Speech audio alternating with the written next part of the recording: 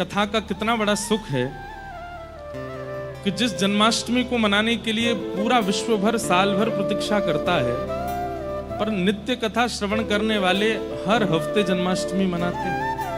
हर हफ्ते उनकी कथा में ठाकुर जी का प्रादुर्भाव होता है। वैसे तो देखिए हर दिन ठाकुर जी का प्रादुर्भाव होना चाहिए। क्यों? क्योंकि ठाकुर जी आनंद स्वरूप हैं। कौन है? आनंद। और आनंद एक स्वभाव है। जिसके चित्त में वो स्वभाव प्रकट हो जाए, समझ जाओ कृष्ण ही प्रकट हुए हैं उसके चित्त में। जितने भी भक्तों की गाथा आप लोग सुनते हैं मंच से, इन सब भक्तों के दर्शन, श्रवण और इनका केवल एक बार संस्पर्श यदि प्राप्त हो जाता था तो ही आनंद। अब आप सोचिए, भक्तिमती मीराबाई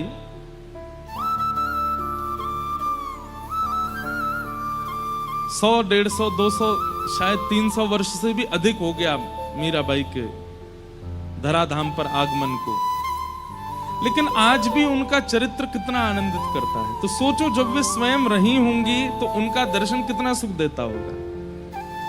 मैं एक बात बताया करता हूं कि मीराबाई का जब ब्याह हुआ तो पहले तो मेड़ता में भीड़ लगती थी मीराबाई को देखने की। और भीड़ किनकी लगती थी? संतों की भीड़ लगती थी। जिन संतों को देखने के लिए दुनिया जाती है वे संतजन मीराबाई को देखने आते थे। तो जब मीराबाई का विवाह हो गया तो मेवाड़ में भीड़ होने लगी। तो एक दिन कुंवर भोजराज जिनसे विवाह हुआ, खिड़की पे खड़े खड़े नीचे देख रहे थे राजभवन की।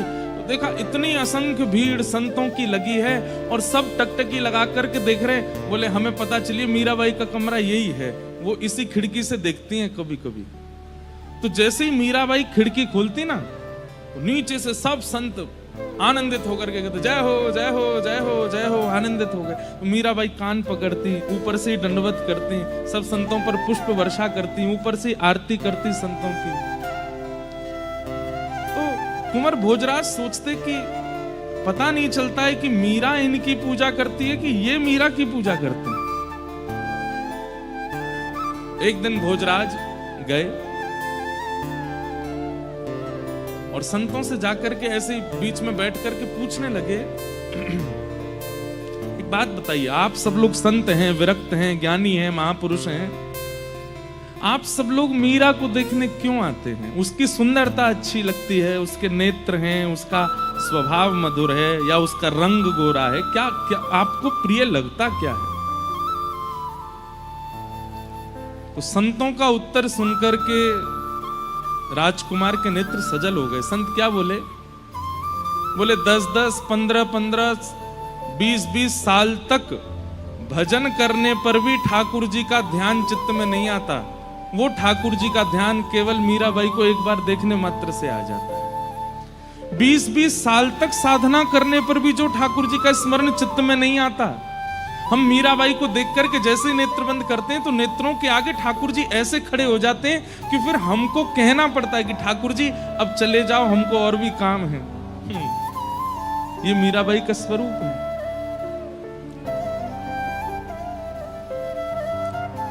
तो विचार कीजिए, उन संतों के, उन महापुरुषों के दर्शन कैसे रहे होंगे जिनका हम श्रवण सुन करके आनंदित हो जाते हैं, पवित्र हो जाते हैं।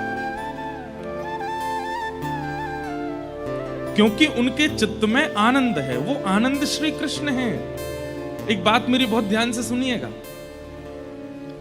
केवल प्रवचन से आपके चित्त में कृष्ण प्रकट हो रहे हैं, केवल बातें सुनाने से ही ठाकुर जी का अनुभव हो रहा है, तो इसमें मेरी कमी है। आपके भजन, आपके साधन, आपके नाम स्मरण से केवल आपका उद्धार हो रहा है तो ये आपकी कमी है। आप जिस सभा में जाओ, जिस व्यक्ति के सामने जाओ, जिस क्षेत्र में जाओ, आपकी उपस्थिति से भी थोड़ा औरा बदलना चाहिए उस जगह का। तब समझो कि भजन अब प्रस्फुटित हो रहा है। भक्त प्रहलाद, उनकी भक्ति का रंग धीरे धीरे चढ़ने लगा था राक्षसों पर, दैत्यों पर।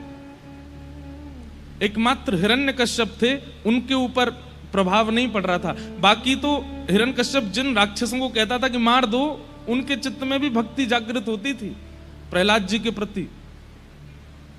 हमारे पूज्य नाना जी पंडित श्री कृष्णलाल शास्त्री जी बहुत अच्छे भागवत के वक्ता थे। बड़ी सरल सरल भाषा में अर्थ बताते थे।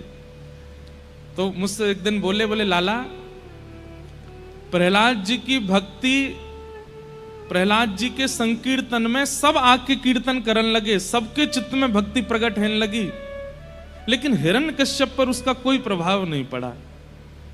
मैंने कहा हाँ नाना जी, क्यों नहीं पड़ा? और हमारे नाना जी बोलते बड़ी सहज भाषा में, बोले भैया स्विच ते करंट निकले तो जितने बल्ब ठीक होंगे वो जल जाएंगे, जो फ्यूज होगा वहां में कितनों करंट डालो वो जलेगा ही ना। समझ में आई बात? अगर बल्ब फ्यूज है, कितना भी करंट दे दो उसको, वो जलेगा नहीं? जल सकता। करंट आने पर बल्ब जल रहा है, इसका मतलब वो भीतर से फ्यूज नहीं है। ऐसे ही प्रहलाद जी जब कीर्तन करते तो राक्षस भी कीर्तन करने लगता है, लेकिन हिरण्यकश्यप नहीं करता था। क्यों? फ्यूज था। तो मैंने कहा नाना जी फ्यूज क्या है? बोले वैष्णव अपराध, भक्त अपराध जो कर देता है वो फ्यूज हो जाता है। फिर उसको कितना भी सत्संग सुनाओ, उसको कितनी भी कथा सुनाओ, उसको कितने भी संतों के दर्शन कराओ, उसका बल्ब जलता ही नहीं है। क्यों? फ्यूज पड़ा है। इसलिए किसी चिकित्सक कौन है? गुरुदेव के पास जाकर के उसको अपने फ्यूज ठीक करवाने चाहिए, तभी करंट असर डालेगा। और इसमें दूसरी बात क्या है? आप नाम जप करते हैं, आप उर्दपुंड लगाते हैं, आप कथा सुनते हैं, लेकिन आप जब अन्य सभा में जाते हैं तो आपकी उपस्थिति से सामने वाले पर भक्ति का कोई प्रभाव नहीं होता, तो इसका मतलब आपके करंट में कमी है। आप जिस सभा में जाएं उस सभा में तनिक परिवर्तन होना चाहिए, तब समझो कि हमारी भक्ति। भैया देखो, एक मेरी बात सुनना।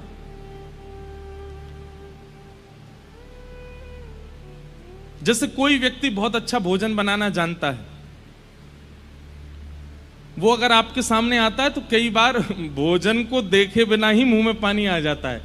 उस व्यक्ति को देख, अरे भैया आप चाट बल्ला बहुत अच्छा बनाते हो, आपको देखते ही मुंह में पानी आ गया, कुछ बना दीजिए। उसकी कितनी योग्यता कि उसकी उपस्थिति से भल्ला याद आ जाता है। ऐसे ही अत्यंत धनवान व्यक्ति को देखते हैं तो उससे कुछ धन की याचना करने की इच्छा प्रकट हो जाती है। तो फिर भक्त को देख करके सामने वाले के चित्त में भक्ति क्यों नहीं उत्पन्न होती? इसका मतलब क्या है कि उसमें ही अभी भक्ति का बीज इतना श्रेष्ठ रोपण हुआ नहीं है। नहीं तो वो जहां जाए, जहां उपस्थित हो जाए, जहां खड़ा हो जाए, जिस सभा में पहुंच जाए, उसके रूप मात्र से, उसकी स्थिति मात्र से सब में भक्ति का संचार होने लगे। मीराबाई सुंदर, इतनी सुंदर थी कि उनके सामने बड़ी बड़ी राजकुमारियां भी अपने मुख को ढक लेती थीं। सुंदरता की खान मीराबाई।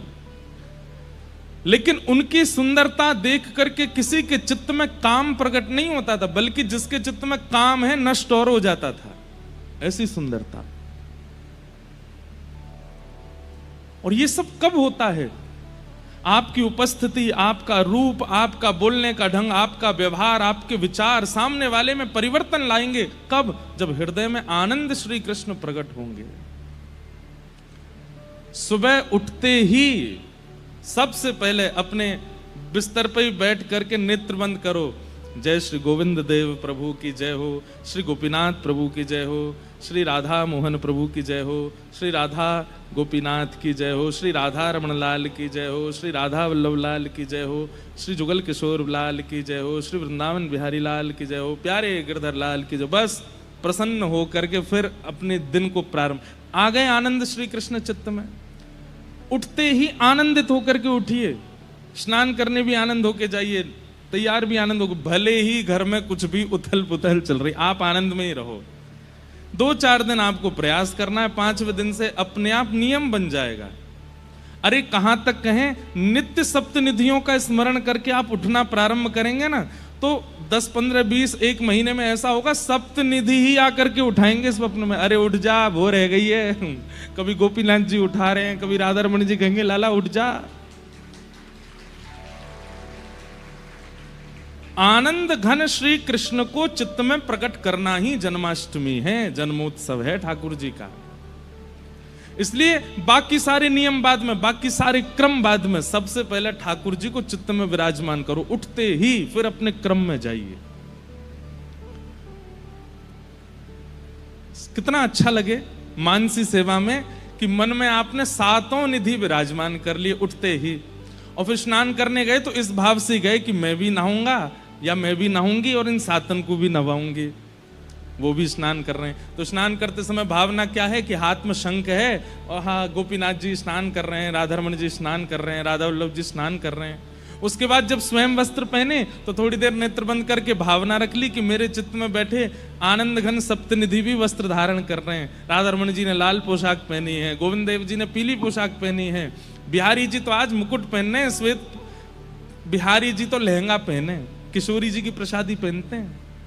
हमारे बिहारी जी किशोरी जी की प्रसादी पहनते हैं, इसलिए लहंगा में ही रहे। मैं साल में केवल एक दिन ठाकुर जी पजामा पहनते हैं, जामा पहनते हैं। कब? या तो कृष्ण जन्माष्टमी पर पहनते हैं या फिर अक्षय नवमी, अक्षय नवमी की अक्षय तृतीया, अक्षय तृतीया, हाँ अक्षय तृतीया को पहनते हैं। उस दिन चरण दर्शन होते हैं उनके, बाकी दिन तो चरण दुबके ही रहे हैं। तो ऐसे भावना कर लो, जब स्वयं के श्री धारण करो, स्वयं का तिलक धारण करो, तो मानसी में ये भी धारण कर लो कि श्री राधा रमण जी का गौड़िया तिलक धारण करा दिया, बिहारी जी को हरिवंशी हरिदासी तिलक धारण करा दिया, श्री राधा वल्लभ लाल जी की पत्रावली कर दी है, गोविंद देव जी की पत्रावली कर दी है। ऐसे भाव कर लो, आ गए आनंद घन श्री कृष्ण चित्त में। फिर डोलवे जा रहे हो, अपने काम पे जा रहे हो, तो भावना ये रख लो कि बाल भोग पाकर के सातों निधि भी गैया चरावे जा रहे हैं, ये भी अपने ग्वाल बालन के संग डोल रहे हैं। फिर मध्याह्न दोपहर का लंच करो, भोजन राजभोग करो, उस समय फिर ध्यान कर लो कि वे सब भी वन में बैठे हैं, मधुमंगल श्री दामा घेर करके बैठे हैं और बीच में बैठ के ठाकुर जी प्रेम से भोग कर रहे हैं। शाम को घर लौट के आओ तो उस समय भावना कर लो कि ठाकुर जी भी गैया हाँकते भये अपने कंधा पे लाठी धर के दोनों हाथ पदरा करके लौट के आ रहे हैं घर पे। कितना सुंदर भाव बन जाए ऐसी स्थिति। अब जब सोने जाओ तो फिर वहां पे भी ये भाव रख लो, नैनों में नींद भर आई लालन के, नैनों में नींद भर आई। पहले ये पद गा करके हृदय में विराजमान ठाकुर जी को पढ़ा दो और फिर स्वयं भी पढ़ जाओ। कितना सुंदर हो, इससे बढ़िया मानसी सेवा और क्या हो सकती है। और आप ऐसे विराजमान करने लगे ठाकुर जी को चित्त में और अपनी क्रिया में उनकी क्रिया समझने लगे, आपके चित्त में आनंद घन प्रकट हो जाएंगे। और वही जन्माष्टमी जो साल में एक बार होती है वो हर दिन होने लगेगी।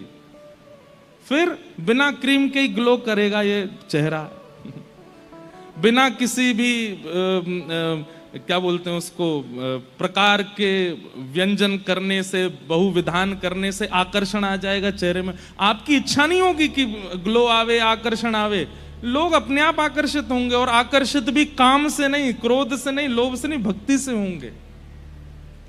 इसलिए केवल दीक्षा लेना, केवल शरणागति लेना, केवल माला हाथ में अपने कल्याण के लिए नहीं है। ये चित्त में ठाकुर जी को धारण कर करके स्वयं भी प्रसन्न रहिए और जिन जिन से भी मिलो उनको भी वो आपसे कहने लग जाएं कि आपको देख करके बड़ी पॉजिटिव वाइब्स आती है, हमको आपको देख के बड़ी सकारात्मकता अनुभव होती है। बस समझ जाओ कि हाँ मैं नहीं दिख रहा हूं इनको, लाल जी दिख रहे हैं भीतर बैठे हुए, वही आकर्षण कर रहे हैं। ये सब भावना आचार्य चरणों की रही है, ये सब भावना पूर्व भक्तों की रही है, इसलिए उनकी हर दिन जन्माष्टमी थी। लेकिन हमारी एक ही होती है साल में, और कथा सुनने वालों की हफ्ता में एक होती है। पर हर दिन कृष्ण को प्रकट करो चित्त में, हर दिन निकलिए, हर दिन जन्माष्टमी की तरह उत्साह में रहिए। आप लोग जब हम कोई पद गाते हैं इतना नाचते हैं, इतना आनंद लेते हैं, जैसा आनंद यहां हो रहा है वैसा आनंद पूरे जीवन में हो जाए, तब मानिए कि अब भक्ति के पथ पर हैं हम। ये भक्ति का पथ है। हम तो कह रहे हैं यहां से घर भी कूदते कूदते ही जाया करो। जय राधे राधे ऐसे ही जाया करो कूदते कूदते, बस में, रिक्शा में, मेट्रो में। मेट्रो वाले कहेंगे भाई कहां के वृंदावन के बंदर आ गए दिल्ली में। एक बात और, सिगरेट पीने वाले को खुले में पीने में शर्म नहीं आती। मद्यपान करने वाले, भक्ष खाने वालों को खुले में सब करने में शर्म नहीं आती। और अब तो हमारी महान दिल्ली में प्रिया प्रियतमों को खुले में मिलने में बिल्कुल भी लज्जा नहीं होती। तिलक लगाने में इतनी लज्जा क्यों? ये वैष्णवों को लज्जा क्यों आती है वैष्णवता धारण करने में? जो ये सब व्यसनी क्रम करते हैं उनको बिल्कुल भय नहीं लगता कि लोग हमको टोकेंगे, फिर वैष्णवों को भय क्यों लग जाता है? अभी एक भैया, अभी यहां नामकरण कर रहे थे सबका, तो एक भैया नहीं आए तिलक लगा के, तो पंडित जी टोके, आपने तिलक नहीं लगाया, दीक्षा हो गई। ऑफिस से आया अभी, तो क्यों ऑफिस में क्यों नहीं लगा के गए? ज्यादा ही टोका टाकी होती है, आपको उससे पीड़ा होती है। तो श्री संग ही रखो, जब लगे कि अब बस निकले हैं ऑफिस से कॉलेज, तुरंत लगा लीजिए, बिना तिलक के रहे नहीं। ये तिलक नहीं है, ये स्वयं श्री जी हैं, स्वयं किशोरी जी हैं। अब आप किशोरी जी को चित्त में तो बुलाना चाहते हैं, किशोरी जी की आराधना तो करना चाहते हैं, पर उनको धारण करने में आपको लज्जा के, ये तिलक स्वरूप मान करके धारण मत कीजिए इसको। ये स्वयं किशोरी जी हैं, इनको श्री कहा जाता है। हमारे गौड़िया वैष्णव धारण करते हैं, वो तुलसी धारण करते हैं ठाकुर जी के चरणों के साथ। अब भगवान के चरण धारण करने में लज्जा, तो फिर भक्ति क्यों कर रहे हैं हम? ये भैया ये सब नंदोत्सव के प्रतीक हैं। तिलक धारण करना, हृदय में मानसी में श्री ठाकुर जी की सेवा करना, नित्य भगवान नाम में रमित रहना, जीवन की कैसी भी परिस्थिति आ जाए आप प्रसन्न ही हो ऐसे रहना, ये सब नंदोत्सव के प्रतीक हैं। ऐसे रहिए। ये नंदोत्सव एक ही दिन नहीं होना चाहिए, हर दिन होना चाहिए। तब आपको गाने का अधिकार है। नंद घरा नंद भयो जय कन्हैया लाल की, नंद घरा नंद भयो जय कन्हैया लाल की, हे मन में आनंद भयो जय कन्हैया लाल की, मन में आनंद भयो जय कन्हैया लाल की, ओ जय कन्हैया लाल की, जय कन्हैया लाल की, जय कन्हैया लाल की, जय कन्हैया लाल की, जय कन्हैया लाल की, जय यशोदा लाल की, जय कन्हैया लाल की, जय यशोदा लाल की, आहा हो नंद घरा नंद भयो जय कन्हैया लाल की, नंद घरा नंद भयो जय कन्हैया लाल की। कितना अच्छा लगे ऑफिस जाने से पहले माताजी पिताजी को बीच घर के आंगन में खड़ा करके हाथ पकड़ के घूम रहे हैं और गाते हुए जा रहे हैं। हाथी दीने घोड़ा दीने और दीनी पालकी, हाथी दीने घोड़ा दीने और दीनी पालकी, हे बालकन को लाडू पेड़ा बूढ़े को लापसी, बालकन को लाडू पेड़ा बूढ़े को लापसी,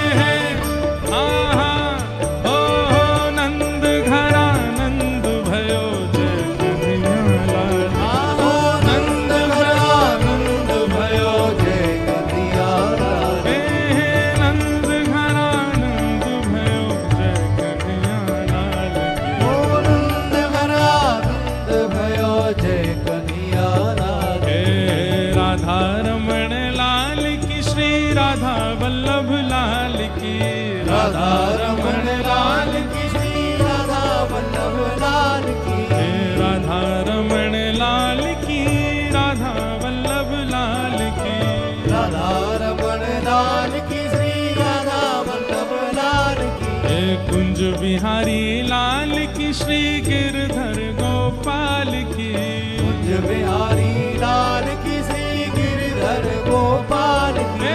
कुंज बिहारी लाल की श्री गिरधर गोपाल की। कुंज बिहारी लाल की श्री गिरधर गोपाल की। प्यारे राधा प्रिया लाल की श्री कुंज बिहारी लाल की। प्यारे राधा प्रिया लाल की श्री कुंज बिहारी लाल की। नंद घरा नंद भयो जय कन्हैया लाल। ओ नंद घरा नंद भयो जय कन्हैया लाल की।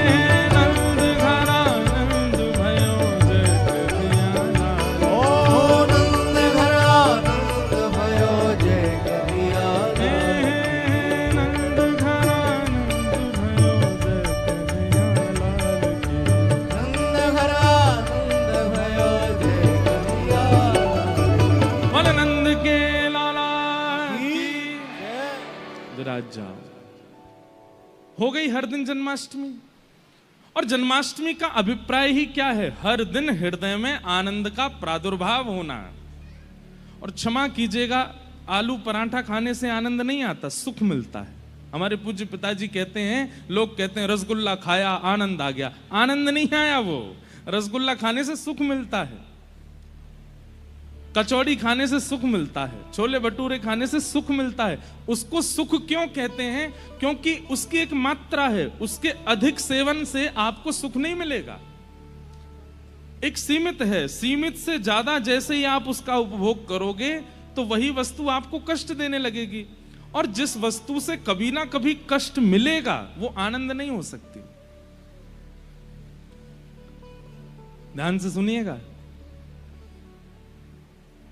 जिस वस्तु से कभी ना कभी कष्ट मिल सकता है वो आनंद नहीं हो सकती।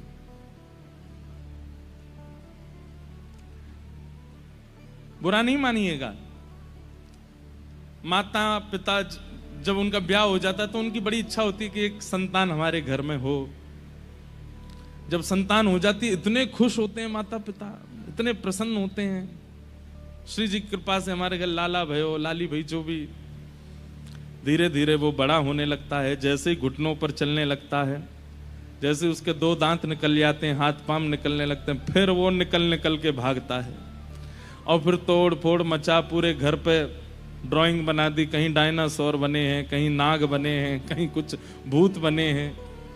कई बालक तो इतने निपुण होते हैं कि इतने भयानक भूत तो पिक्चर वाले नहीं बनाते जितने वो बना देते हैं। और कई बालक वो कथा में आते हैं, वो मुझे और बना के लाते हैं। एक दो तो ऐसे आते हैं कि मैं खुद को देख, जब मैं बहुत कभी कभी थक जाता हूं। हम निराश नहीं होते, हम हताश नहीं होते, हम थकते हैं क्योंकि इतना भागते हैं दिन भर। जब बिल्कुल ऐसे होता है कि अब क्या करें, बहुत थक गए, तो अपने वो चित्र देखता हूँ, वाह कितने बढ़िया लग रहे हैं। तो जब बालक इतने ऊधमी हो जाते हैं ना, कभी कभी वो माताएं पिता सिर पकड़ लेते हैं, भाई इससे बढ़िया तो बिना इसके ही थे, ये काय को आ गया जीवन में। ठीक है थोड़ी देर के लिए बोलते तो हैं कम से कम। संसार में कोई भी वस्तु अधिक समय तक सुख नहीं दे सकती। किसी भी वस्तु का अति भोग जैसे ही आप करोगे, अति भोग, अति सेवन, वो कष्ट देगा। लेकिन ठाकुर जी की संबंधी भी किसी भी वस्तु का भी अति सेवन कष्ट नहीं दे सकता। कई लोग मुझे लिख के देते हैं, महाराज जी आप कथा में ये मत बोला कीजिए कि 4 दिन हो गए कथा को, क्योंकि हमें फिर पता चलता है 3 दिन रह गए, वो इतने कष्टदायी लगता है कि अब 3 ही दिन रह गए। अब पीड़ा की पराकाष्ठा, कईयों को नहीं हो रहा होगा, कईयों को कोई फर्क नहीं पड़ रहा है, ठीक है यार बोलते रहते हैं, हम तो केवल आमंत्रण पे आए, हमारे परिवार वालों ने बुलाया तो आ गए, हमको क्या, तुम आज जाओ कल चले जाओ। पर कईयों की स्थिति, अब हम बता दें कि परसों कथा पूरी होनी है और उसके बाद 2 साल तो दिल्ली में कथा नहीं है। कितनी पीड़ादायी लगती है ये बात, आपको भी लगती है, हमें भी लगती है कि इतने वैष्णव, जबकि हमारी तो कथा है ही है सब जगह, पर लगता है, हृदय में चुभता है। हमारे गिरधर लाल जी का उत्सव होता है, हर साल होता है, लेकिन उत्सव का विश्राम दिवस, जबकि इतने थके होते हैं 7 दिन के, लेकिन विश्राम दिवस पर लगता अब 1 साल बाद उत्सव होगा।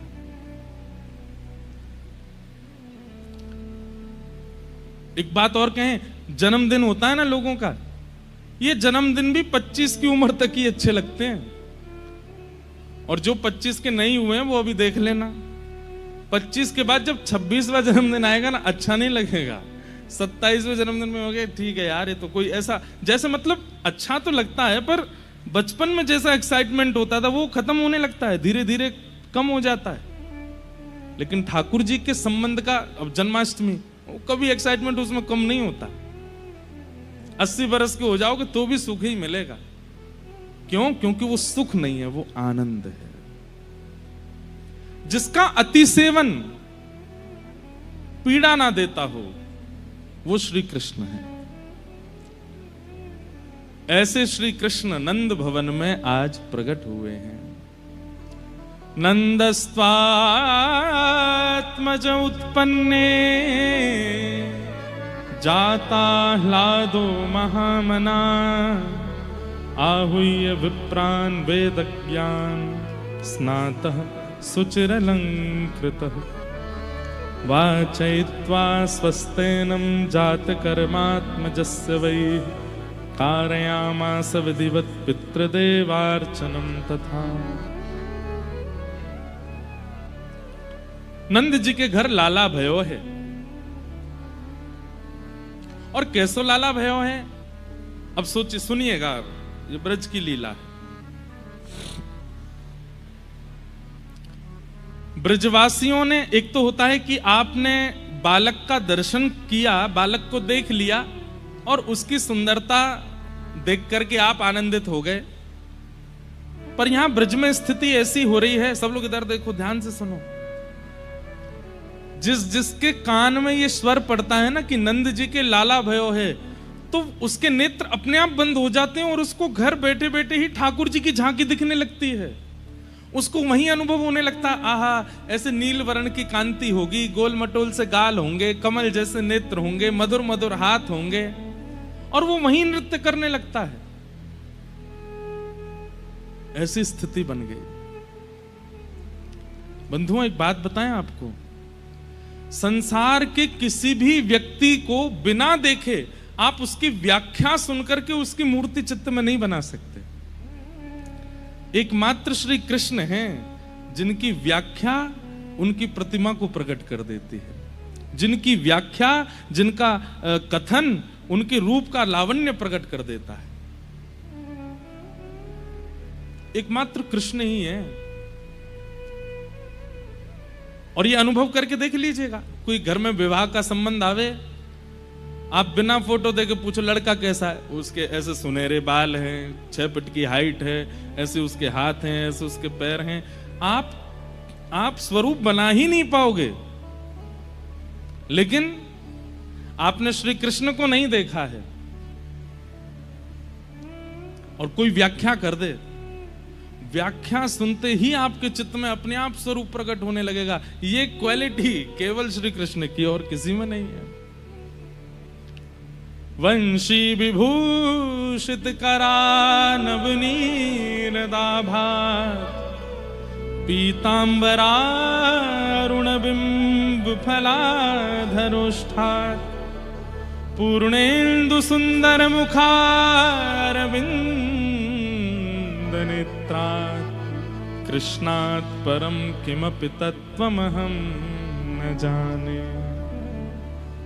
वंशी विभूषित करा, बोले कैसे हैं श्री कृष्ण, जिनके कर में यानी कि हाथ में वंशी विभूषित होती है, सुशोभित होती है,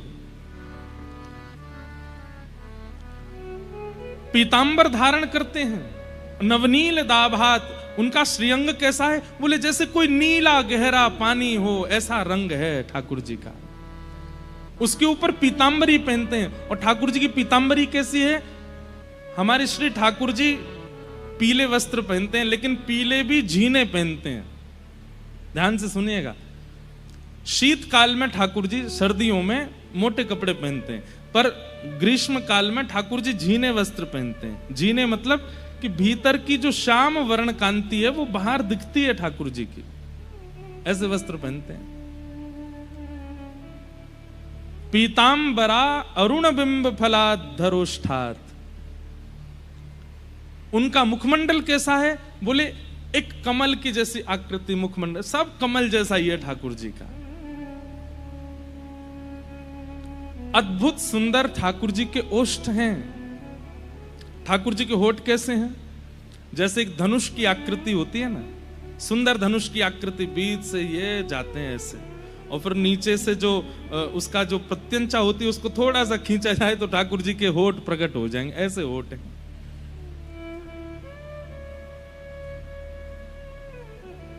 पूर्णेन्दु सुंदर मुखा। जैसे कोई पूर्णिमा का चंद्रमा दिखता है, ऐसे ठाकुर जी का मुखमंडल आकर्षित करता है अपनी ओर। अरविंद नेत्रात। ठाकुर जी के जो नेत्र का अंतिम छोर है वो बहुत लंबे तक जाता है। कई लोगों में भी आपको देखने का मिलेगा कि उनके नेत्रों का जो अंतिम छोर है वो थोड़ा पीछे तक जाता है।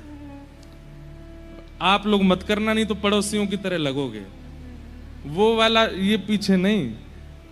एक और होता है कि मोटे नेत्र हैं पर ये अंतिम छोर काफी बड़ा पीछे तक जाता है। ऐसे नेत्र ठाकुर जी के ही हैं।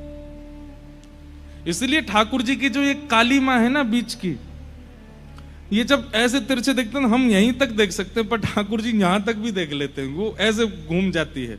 उसी को तो कहते कटाक्ष नेत्र। जादू भरी तेरी आंखें जिधर गई, नैनों की कटारी वारी वारी छुई मुई छतियां से तर गई। ऐसे ठाकुर जी के नेत्र हैं। कहां तक वर्णन करें? अभी तो जन्म भयो लाला को। जन्म लेता बालक, बुरा नहीं मानिएगा, इतना ज्यादा सुंदर नहीं लगता। ऐसा लगता है चूहा का सा बालक, छोटा सा। उसकी मुखाकृति कैसे, छोटे से हाथ होते हैं, छोटा सा मुख होता है। अभी कोई पूछे किस पे गया है, लोग बाग बोलते हैं, घर के लोगों के तो बड़े अद्भुत आनंद होते हैं। अरे ये तो मुंह पे गया, फूफा जी आएंगे दूर के, कभी आए ही नहीं घर पे, ये तो मेरे जैसा लग रहा है। मामा कहेंगे नहीं नहीं मामा पे गया है, सब पे गया है वो बालक, किसी के जैसा नहीं होता वो। लेकिन जन्मजात बालक इतना आकर्षक होता है, ठीक है, उसके प्रति ममत्व बोलता है। धीमे धीमे वो बालक अच्छा लगने लगता है। 8-9 महीने का, 6-7 महीने का जब हो जाता है, थोड़े गाल फूल जाए, गदमदरा से हाथ है जाए, नेत्र वेत्र घुमावे, तब पता चलता है किस पे गया। पर ठाकुर जी जन्म लेते ही इतने आकर्षक लग रहे हैं। वर्णन आता है कि यशोदा मैया ने कितने दिनों तक तो ठाकुर जी को ऐसे ही रखा, बस स्वयं देखती हैं और फिर ढक लेती हैं, फिर स्वयं देखती हैं फिर ढक ले, जैसे कोई बहुत महंगा रत्न, कोई अत्यंत लोभमयी माता उसको छुपा करके रखती है, किसी की दृष्टि पड़ ना जाए इस पर। ऐसी स्थिति यशोदा मैया की है। वो नील मणि को ऐसे छुपा करके रखती हैं कि कोई देख ना ले मेरे लाला को। अरे कहां तक कहें, नंद बाबा को भी दिन भर में 4 बार हाथ जोड़ने पड़े, नेक तो दिखाई दे यशोदा, तो यशोदा मैया यूं दिखाती हैं फिर रख लेती हैं, ऐसे हृदय से लगा के घूमती, मेरो नीलमणि, मेरो नीलमणि है। अरे ये तो मेरो नीलमणि है। गोपियां आती हैं, अत्यंत समीप की सखियां आती हैं, मैया हमें तो दिखाओ, तो मैया नीचे से वस्त्र हटा देती, लो चरण ही देख लो। और चरण ही इतने सुंदर हैं ठाकुर जी के, वो चरणों में ही निहाल हो जाती हैं। चरण इतने सुंदर हैं तो मुखमंडल कैसे होएगा लाला को? अद्भुत है। मैं वर्णन करता रहूंगा और आप सुनते रहेंगे, ना आप कुछ पाओगे ना मैं कुछ दे पाऊंगा। यही तो श्री कृष्ण है।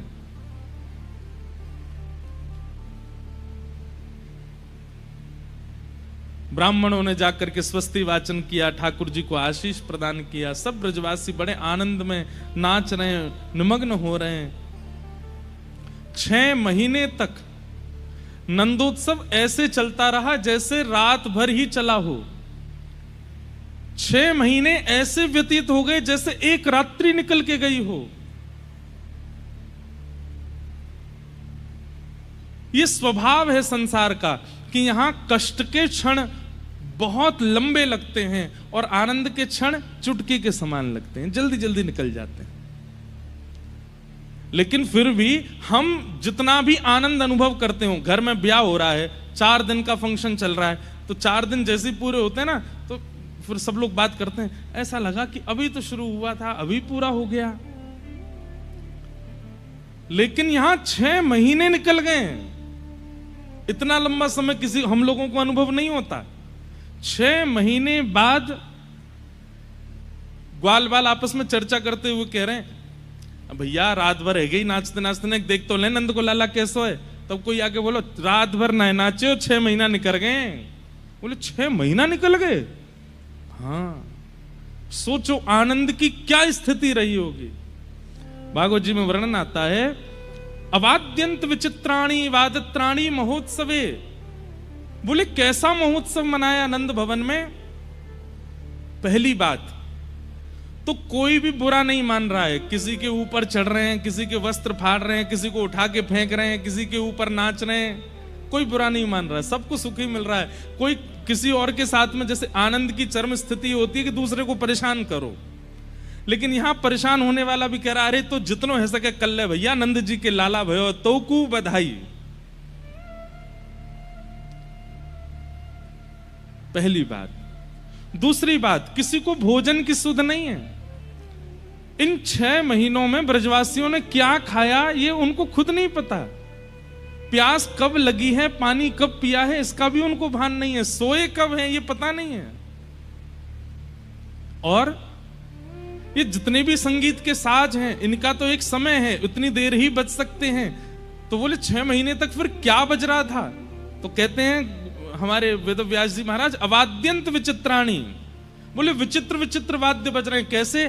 कोई मुंह से आवाज निकाल रहा है, कोई ड्रम मिल गया उसी को बजा रहा है, कोई थाली बजा रहा है, अरे कोई किसी के सिर पर चढ़ गया है, उसके बाल नहीं है तो उसके सिर को ही बजा रहे हैं, कोई किसी के हाथ में हाथ देकर के ताली बजा रहा है। ऐसे विचित्र विचित्र वाद्य बजा रहे हैं और सब गा रहे हैं, नंद घनानंद भयो जय कन्हैया लाल की। दही की कीच भई है और वह दही के बीच में कमर कमर तक दही फैलो है, और वह दही के बीच में श्री नंद बाबा को खड़े करके और अपने अपने पटकान से पटका बांध करके नंद बाबा को बीच में पकड़ के, एक तरफ ब्रजवासी खड़े गए, दूसरी तरफ ब्रजवासी खड़े गए, और बीच में नंद बाबा को ही मानो जैसे मंदिराचल पर्वत बना करके घर्षण कर रहे हैं। और नंद बाबा के मुख से जब बधाई हो शब्द निकलता है तो मानो जैसे मंदिराचल पर्वत को देवता घर्षण कर रहे हैं और उसके भीतर से अमृत प्रकट हो रहा हो, ऐसे आनंद प्रकट हो रहे हैं। देवी देवता आकाश मार्ग से आ रहे हैं ठाकुर जी का दर्शन करने के लिए। इतने में ही वृषभानु जी आ गए। और वृषभानु जी कैसे आए? अनेक ब्रजवासियों को लेकर के आए, सबके सिर पर बड़े बड़े थाल हैं और उन थालों में सामग्रियां रखी हुई हैं। वृषभानु जी और नंद बाबा जब अपने युवा काल में जमुना जी में स्नान करते थे तो हाथ पकड़ के डुबकी लगाते और मनोकामना मांगते, हमारी गैया स्वस्थ है जाएं, हमारी गैयान को सब मंगल है जाए, ब्रजवासी सब मंगल में है जाएं, हे यमुना मैया आप सदा यूं ही ब्रज में बहती रहो। ऐसे सबके कल्याण की कामना मांगते और मांगते मांगते भानु बाबा कहते, ए नंद बाबा, अगर तुम्हारे लाला भयो और मेरे लाली भई, या मेरे लाला भयो तुम्हारी लाली भई, तो हम दोनों को ब्याह कर देंगे, हम दोनों समधी बनेंगे। और ये कह के दोनों डुबकी लगाते। आज जब नंद बाबा के लाला भयो, तो ब्रज में 2 पक्ष हैं। एक पक्ष तो है कि लाली 1 साल पहले भई है, पर एक पक्ष है कि लाली 1 साल बाद भई है। कई जगह बधाइयां आती हैं, उन बधाइयों में ऐसा वर्णन आता है कि यशोदा मैया लाला को लेके आई हैं किशोरी जी के जन्म होने पे, तो उससे यह बात सिद्ध होती है कि ठाकुर जी पहले आए हैं। पर कई पक्षों में ऐसा वर्णन आता है कि किशोरी जी का पहले। अब हमको क्या, हम दोनों में राजी हैं, चाहे श्री जी पहले आई हो चाहे श्री जी, अच्छा श्री जी बाद में भी आई हो तो भी हमारे माई श्यामा जू को। कहीं अगर ये पक्ष है कि 1 साल पहले किशोरी जी जन्मी इसलिए उनका राज चलता है, ऐसा नहीं है। वो 10 साल बाद भी जन्मी होती तो भी चलती श्री जी की, ठाकुर जी की ना चलेगी, चलेगी हमारी किशोरी जी की। तो कहते हैं कि वृषभानु बाबा की अभी लाली भई नहीं है और भानु बाबा खूब सारी बधाई लेकर के आए। नंद बाबा बोले अरे भैया, अरे मेरे मित्र परम सखा आए हैं, भानु बाबा आप बधाई लेके आयो। भानु बाबा बोले बधाई ना लेके आयो मैं तो, बोले टीको करवे आया हूं लाला को, सगाई पक्की करवे आया हूं। जन्म लेते ही ठाकुर जी की सगाई हो गई। नंद बाबा के नेत्र सजल गए, अरे बाबा आप तो, लेकिन थोड़े मन में संकोच में आ गए। क्यों? बोले भानु बाबा की लाली तो भई नहीं है अभी तक, और ये टीको लेके आ गए। वृषभानु जी तो बड़े आनंद में सब सामग्री पधराते जा रहे हैं। ये हमारे जमाई के काजे ये लेके आए हैं, जमाई के काजे, छोटे से जमाई हैं, अभी पाम भी ना उठे उनके। छोटे से जमाई की धोती आई है, बगलबंदी आई है, टोपा आयो है।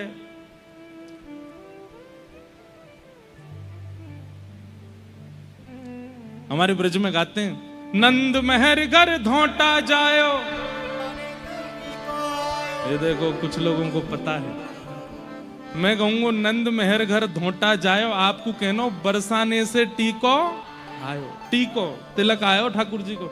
नंद महर घर ढोटा जायो, बरसाने ते टीको आयो, नंद महर घर ढोटा जायो, बरसाने ते टीको आयो, नंद महर घर ढोटा जायो, बरसाने ते टीको आयो, हे नंद महर घर लाला आयो, बरसाने ते टीको आयो, हे नंद महर घर ढोटा जायो, बरसाने ते टीको आयो, श्री नंद महर घर ढोटा जायो, बरसाने ते टीको आयो। ऐसे सब गाने लगे। बोले नंद महर घर लाला आयो, बरसाने से टीको आयो, टीको आयो ठाकुर जी के काज। नंद बाबा बड़े प्रसन्न हैं, लेकिन बड़े संकोच में कि लाली तो भई नहीं है, पहले टीको कर रहे हैं। तो बड़े संकोच में नंद बाबा ने धीमे से पूछा, भानु बाबा एक बात करनी है। बोले कहा? बोले आप ये सब टीको लेके आए हैं, लाला को तिलक कर रहे हैं, लाला को सुंदर स्वर्ण के आभूषण पहना रहे हैं, हाथ पावन में कड़ूला पहना रहे हैं, अपने जमाई मान के उनके चरण छू रहे हैं, लेकिन बहू को तो जन्म भयो ही ना है अभी तक। बिना बहू के आपने जमाई पक्को कर लियो, खुद सास ससुर बन गए। बुरा मत मानियो, मैं जानू आपको कष्ट होगा अगर मैं ऐसा कहूंगा तो, लेकिन लाली तो भई नहीं अभी तक।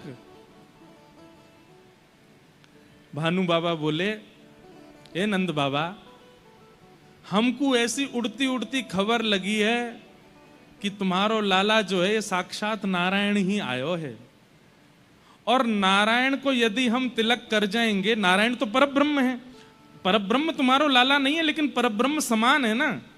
अगर हम परब्रह्म समान को तिलक कर जाएंगे, पहले ही सास ससुर की पदवी पर आ जाएंगे, तो फिर परब्रह्म को सोच करके अपनी बहू हमारे यहां भेजनी पड़ेगी। हमारे हम पहले ही तिलक कर रहे हैं, लाली ना है भाई, लेकिन टीको करके जाएंगे तो लाली को आनो पड़ेगा। और हम बताएं आपको एक बात, नंद बाबू बोले कहा, बोले आपके यहां लाला है वे ते हमारे बरसाने में इतना आनंद है क्योंकि हम अब पक्को कर गए कि हमारे यहाँ लाली ही आवेगी। क्योंकि ये तो निश्चित हो, लाली आपके यहाँ आती तो लाला हमारे यहाँ आतो, लेकिन लाला आपके यहाँ आए हो तो निश्चित है कि लाली हमारे यहाँ ही आवेगी। ये बड़ी अंतरंग चर्चाएं हैं हमारे ब्रज के भाव की। और फिर एक साल बाद जब किशोरी जी का प्रादुर्भाव हुआ तो यशोदा मैया गईं और अपनी गोद में ऐसे लाला को किनारे पर दबाए के लेके गई हैं। ठाकुर जी अपने जन्म के समय टीके में जो वस्त्र आए थे वही पहन के गए, पीली बगलबंदी, पीली धोती, गले में बगनखा, कानन में कुंडल, बढ़िया सुंदर तिलक। लाला जैसी बाहर आए तो यूं लग रही 1 साल को दुल्हा जा रहा है, अभी अभी बहू को जन्म भयो है, मुंह दिखाई कहवे जा रही है। आहा, वहां किशोरी जी पलना में है, पूरे बरसाने में उत्सव है रो है। और जैसे ही नंद बाबा यशोदा मैया पहुंची, सब लाली को देख देख करके महाराज रतन लुटा रहे हैं। अच्छा एक बात और बताएं, बरसाने को उत्सव देख करके नंद और यशोदा आपस में चर्चा कर रहे हैं। बोले हमारे लाला को उत्सव 6 महीना तक चलता रहो, रास्ता में पहले तो चर्चा हेती आ रही कि हमारे जैसा उत्सव ना करेंगे वृषभानु जी, लेकिन जैसे ही बरसानो आने वारो है, दूरते ही चंदन की सुगंधी आ रही है, केसर की सुगंधी आ रही है, इत्र की सुगंधी आ रही है। नंद बाबा कह रहे हैं अरे भैया इतनी सुंदर सुगंधी कहां से आ रही है? बोले कि बरसाने तैयार। अरे बरसाने तो अभी बहुत दूर है, तो सोच लो किलोमीटर दूर तक तो सुगंधी आ रही है, तो उत्सव कैसे है होगा?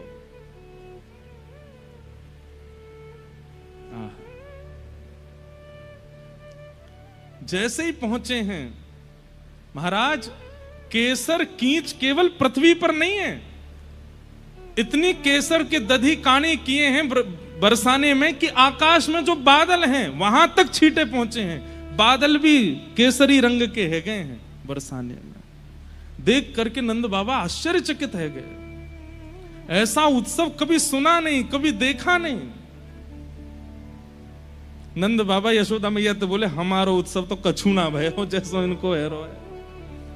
लाली के प्रकट को यशोदा मैया ने जैसे ही लाली निहारी हैं पलना में, जितने रत्न लेके आई, जितने स्वर्ण चांदी आदि सब लेकर के आई लाली को देवे के काजे, वो सब तो फीके लगन लगे। सब सखियां लाला के दें, लो मैया अर्पण कर दो। अरे रहन दे, ये या के लायक ना है, अरे या की उपमा के आगे फीके हैं, इनको किनारे कर दे, ये सब या के योग्य हैं ही नहीं। जबकि यशोदा मैया कोई सामान्य रत्न लेकर के नहीं आई हैं, लेकिन किशोरी जी की मुखाकृति के आगे सब फीके लगन लगे।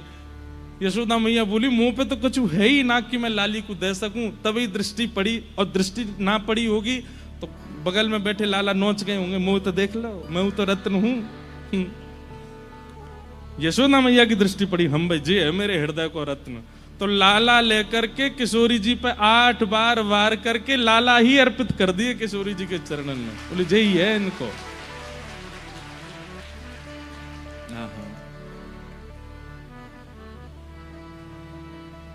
अद्भुत है हमारे ब्रज का भाव।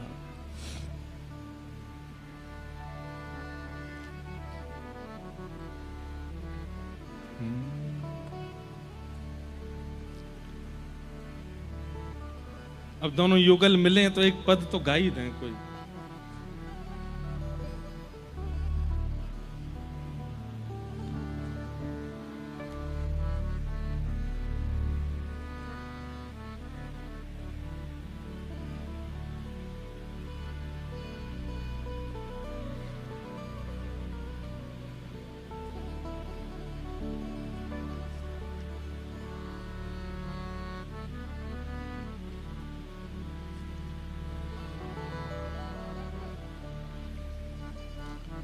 सब लोग गाओ, दोनों युगल पलना में झूल रहे हैं। बसो मोरे नैनन में यह जोड़ी, बसो मोरे नैनन में। सब लोग गाइए, ऊंचे स्वर में गाओ। बसो मोरे नैनन में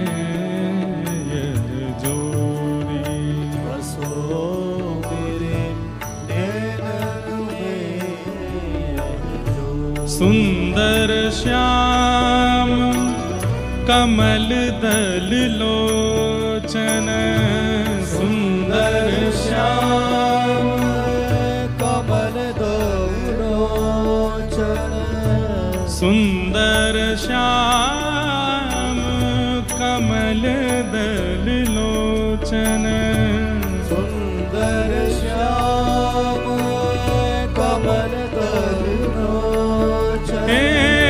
संग वृषभानु किशोरी, संग वृषभानु किशोरी, संग वृषभानु किशोरी, संग वृषभानु किशोरी। बसो मोरे नैनन में यह जोड़ी, बसो मेरे नैनन में, बसो मोरे नैनन में यह जोड़ी।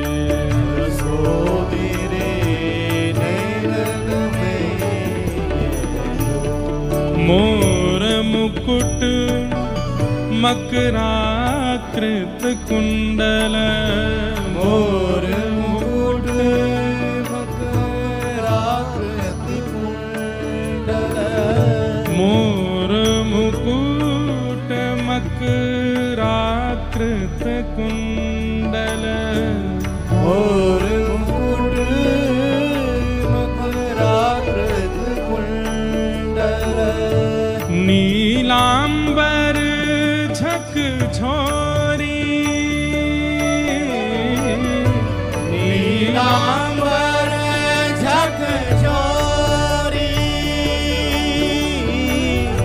नीलांबर झकझोरी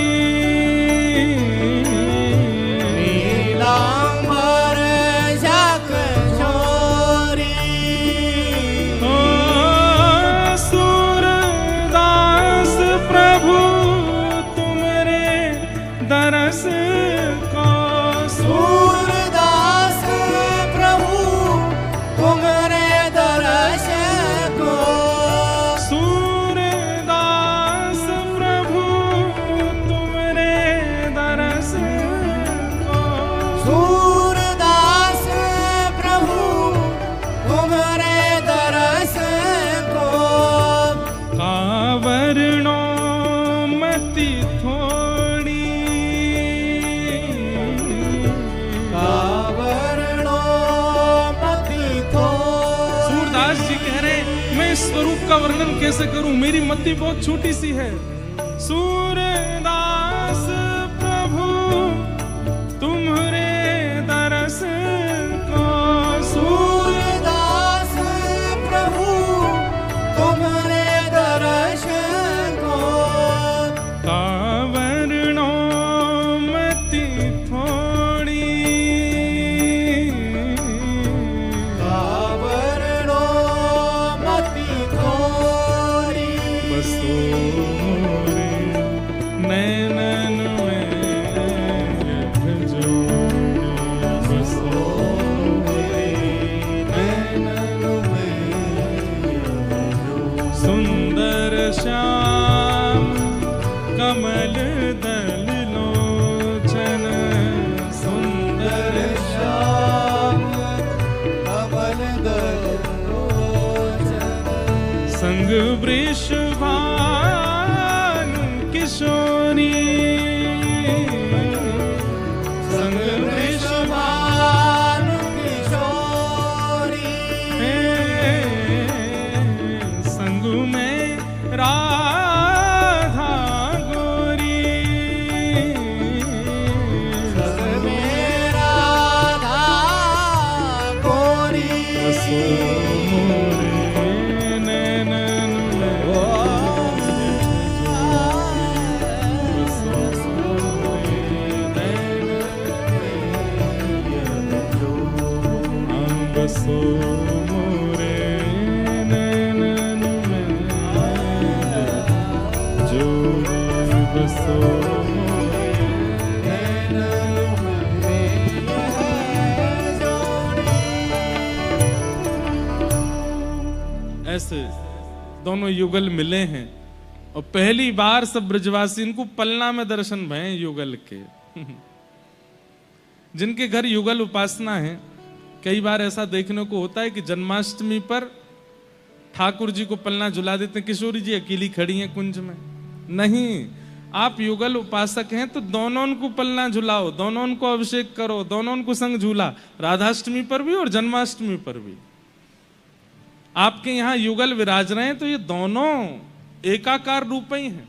हमारे तो युगल एक है गए तो श्रीनाथ जी हैं, बाम अंग किशोरी जी हैं, दाएं अंग ठाकुर जी हैं, तो दोनों भाव से ठाकुर जी विराजते हैं। इस बार लाल जी का विवाह उत्सव है हमारे लाला को, जनवरी में हमारे लाला को ब्याह है रोए। तो हमने आचार्य चरणों से आज्ञा ली, श्री जी का स्वरूप पधराएं या चित्रपट की सब जैसी आज्ञा करें, या फिर वृंदावन में जैसे गादी जी विराजमान है ना श्री जी की, ऐसी गादी जी विराजमान करें। तो आचार्य चरणों ने कहा ये भेद दृष्टि मत लाइए, श्री गिरधर लाल जी का जो बाम अंग है वो श्री जी ही हैं, तो आप अलग से श्री जी क्यों विराजो? ये एक ही रूप है। और हमने कही फिर ब्याह कैसे होएगा, ये अकेलो दुल्हा डोलेगो पूरे मंडप में? तो उन्होंने इतनी सुंदर युक्ति बताई कि 15 को ठाकुर जी का 15 जनवरी को ब्याह है और 14 जनवरी को ठाकुर जी का जन्मोत्सव है। कितनी प्यारी युक्ति है, सुनिए। वैसे तो ये हमें बतानी नहीं थी, वहां करना ही था, लेकिन बता देते हैं। तो आचार्य चरणों ने आज्ञा की कि 14 तारीख को जो ठाकुर जी का जन्मोत्सव होता है उसमें हर वर्ष पलना में गिरधर लाल जी मुकुट और जामा आदि पहन करके विराजते हैं। इस बार की जो ठाकुर जी का जन्मोत्सव होगा उसमें श्री गिरधर लाल जी श्री जी के रूप में विराजें और चुनरी ओढ़ के। तो रहस्य समझे आप, 5 दिन का उत्सव है इस बार, 7 दिन का नहीं है। 11, 12, 13, 14, 15 को विवाह विदाई हो जाएगी। तो अर्थ ये लगाया आचार्य चरणों ने कि बहू रानी जो हैं उनका दर्शन 14 तारीख को ही होगा। बस 14 को लाल जी नहीं, बहू के ही दर्शन होंगे, श्री जी के ही दर्शन होंगे। और 15 को फिर बहू रानी तो घूंघट में है, फिर लाला दुल्हा ही दिखेगा। बस ये भाव है। तो 14 तारीख को पलना में इस बार गिरधर लाल जी श्री जी बन के विराजेंगे। हमारे लाल जी के बहुत सुंदर सुंदर चित्र हैं, श्री जी बनते हैं राधाष्टमी पे। और परंपरा भी है, नाथ द्वार में श्यामा सखी का श्रृंगार धारण करते हैं श्री श्रीनाथ जी, श्यामा सखी बन के जाते हैं किशोरी जी के दर्शन करने के लिए। तो ऐसे भाव हैं। तो जिनके युगल विराज रहे हैं ना घर में, उनसे प्रार्थना है राधाष्टमी जन्माष्टमी पे ऐसे भेद ना करे करो कि लाला विराजमान कर दिए लाली नहीं करी, नहीं, दोनों युगल विराजो। और तब ये पद गाना सूरदास जी का, बसो मोरे नैनन में यह जोड़ी। ठाकुर जी प्रकट भये, 6 दिन के लाला जैसे भये पूतना आई। पूतना के आते ही सब पूतना की रूप माधुरी को देखने में व्यस्त हो। इतनी सुंदर थी पूतना, जिन ब्रजवासियों का उत्सव कोई नहीं तोड़ पाया, उन ब्रजवासियों की मन बुद्धि सबको पूतना ने अपनी ओर खींच लिया। आचार्य चरण कहते हैं कि पूतना कौन है? भक्ति में आने वाले जितने भी विविधान आपको अपनी ओर आकर्षित करते हैं वो सब पूतना है। आप नाम जप कर रहे हैं और नाम जप में बैठे और नाम जप करते करते कोई ऐसी स्थिति जो नाम जप से आपके ध्यान को भंग कर रही है, उस समय उस स्थिति को पूतना ही मानना चाहिए। वो स्थिति चाहे जितनी जरूरी हो, जितनी सुंदर हो, जितनी आकर्षक हो, आपको नाम नहीं छोड़ना है। यही पूतना उद्धार का उद्देश्य है। समझ में आ रही है बात? पूतना कौन है? कथा सुन रहे हैं और बड़े आनंद के साथ सुन रहे हैं, प्रसन्न मुद्रा में सुन रहे हैं, अचानक कोई बहुत जरूरी फोन आ गया और उस फोन को देख करके, एक होता है emergency call. Emergency call Putana नहीं है। इमरजेंसी तो भाई कोई घटना हो गई या कुछ हो गया तो जाना ही है। पर सामान्य सी कोई कॉल आई है जिसके कारण आप कथा छोड़ के जा रहे हैं, वो पूतना है। जो भी भगवत मिलन में बीच में बाधा रूप बना करके आती है वही पूतना है।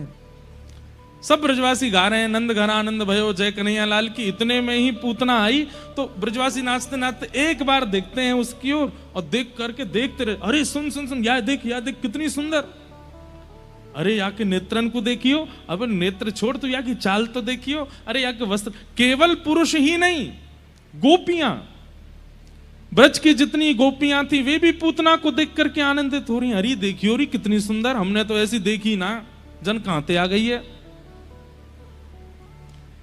एक गोपी बोली, मैं तो वहां बगलते ही आई हूं, ऐसी सुगंधी आ रही है वहां में ते जैसे जाने कोई अप्सराई आई हो स्वर्ग लोक ते।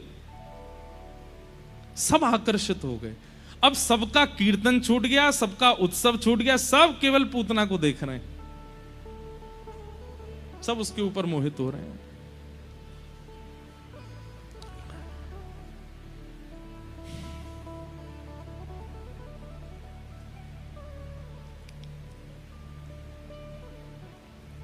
पूतना जैसे भीतर गई, नंद भवन में यशोदा मैया ने जैसी पूतना को देखा, मैया के चित्त में भी भावना आई, बड़ी सुंदर है, ये तो मेरे लाला की बहू बन जाती तो आनंद आता।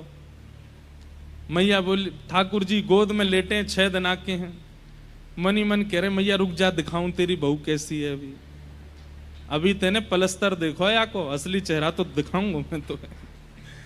अभी तो भाई मेकअप दिख रहा है या को, रुक जा भाई, यहाँ पे पानी डालूं मैं। यशोदा, अरे बहन तुम तो बड़ी सुंदर, कहाँ ते आई हो? बोले पास के गांव ते आई हूं। अच्छा, आपके लाला भयो आशीष देवे आई हूं। ले लो, तुम्हारो ही तो लाला है, गोद में दे दियो लाला। पूतना की गोद में जैसे ही ठाकुर जी गए, ठाकुर जी ने अपने नेत्र मूंद लिए। इससे बड़ा दुर्भाग्य, मैं हर कथा में कहता हूं, इतना दुर्भाग्यशाली राक्षस कोई नहीं था जितनी दुर्भाग्यशाली पूतना थी। क्यों? इतने पास जाने के बाद भी, इतना सामिप्य मिलने के बाद भी पूतना को वह सुख नहीं मिला जो मिलना चाहिए था। ये बढ़िया बंद थे भैया, इनको बंद ही कर दो। अभी इनकी आवाज नहीं आ रही थी तो सही चल रहा था सब।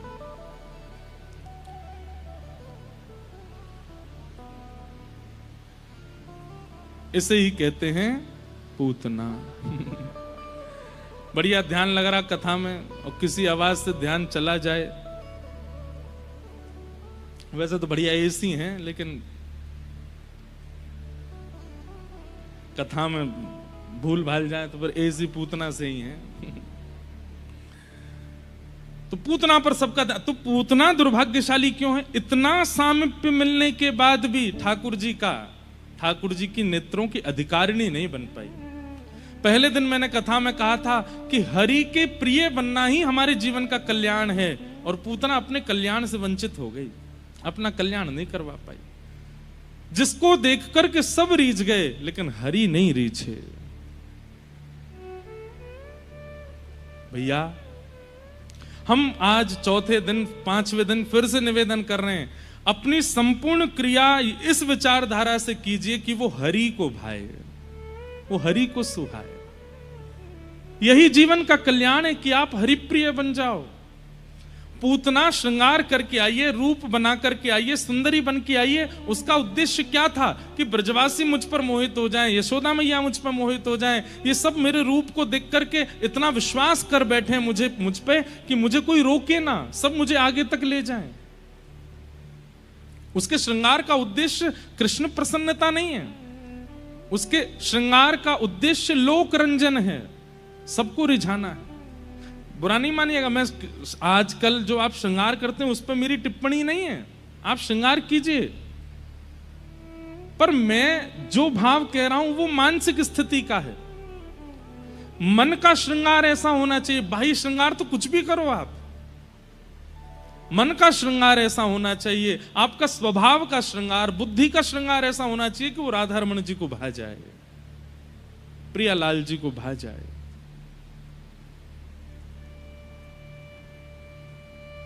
बाहर आप कुछ भी पहनिए, उससे कोई अभिप्राय नहीं होता है। अरे गजेंद्र पर उद्धार करने के लिए ठाकुर जी जाते हैं, जो वस्त्र ही नहीं पहनता है, जो कि जानवर है, जो कि नहाता भी नहीं कितने दिनों तक, उसका उद्धार करने ठाकुर जी जाते हैं। प्रहलाद का उद्धार करने ठाकुर जी जाते हैं, जो कि एक सदकुल में जन्मा नहीं, जिसके घर मांस भोजन भी किया जाता होगा। तो ठाकुर जी बाह्य आवरण, बाह्य श्रृंगार नहीं देखते, वो मानसिक स्थिति देखते हैं कि कैसी है।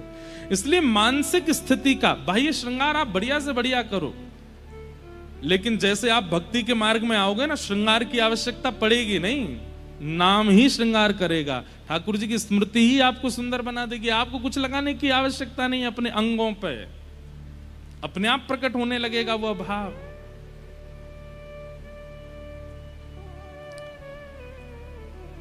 पूतना हृदय से राक्षसी है, पर सबको क्या दिखा दे आइए कि मैं तो लाला को आशीष देवे आई हूं, मैं तो यशोदा के लाला को सुख देवे आई हूं। यही ठाकुर जी को प्रिय नहीं है। जैसे ही ठाकुर जी के समीप गई, भगवान ने नेत्र बंद कर लिए। यशोदा मैया किसी कार्य से बाहर गई। अब यहां यशोदा मैया के मन का भी एक भाव समझना पड़ेगा आप लोगों को, कि हम लोगों का स्वभाव है कि हम किसी की सुंदरता पर इतना विश्वास कर लेते हैं, वस्त्र और रूप पर हमारा विश्वास बहुत जल्दी हो जाता है।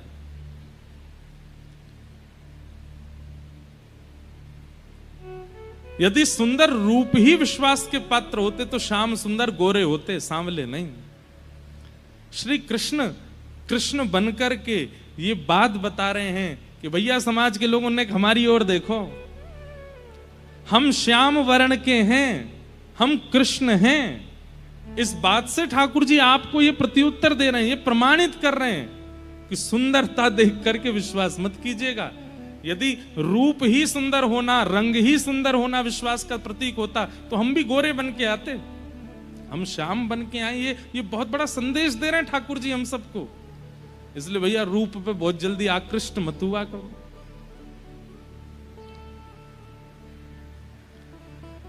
पूतना ने अपनी गोद में ठाकुर जी को लिया, अपना पयोधर जैसे ही भगवान के मुख में दिया, ठाकुर जी ने पहले उसके विष को पिया, रस तत्वों को पिया, और जैसे ही प्राण पीने लगे, प्राणै शमं रोष समन्वितो पिबत सा मुंच मुंचाल मित प्रभाषणी निष्पीड्यमाना खिल जीव वर्मणि। प्राण पीने जैसे ही प्रारंभ किए, पूतना अपने वास्तविक रूप में आने लगी। और जैसे ही पूतना अपने वास्तविक रूप में आई तो कहते हैं ठाकुर जी ने नेत्रों से हाथ हटा के नेत्र खोल के देख भी लिया, अब असली रूप में हैं।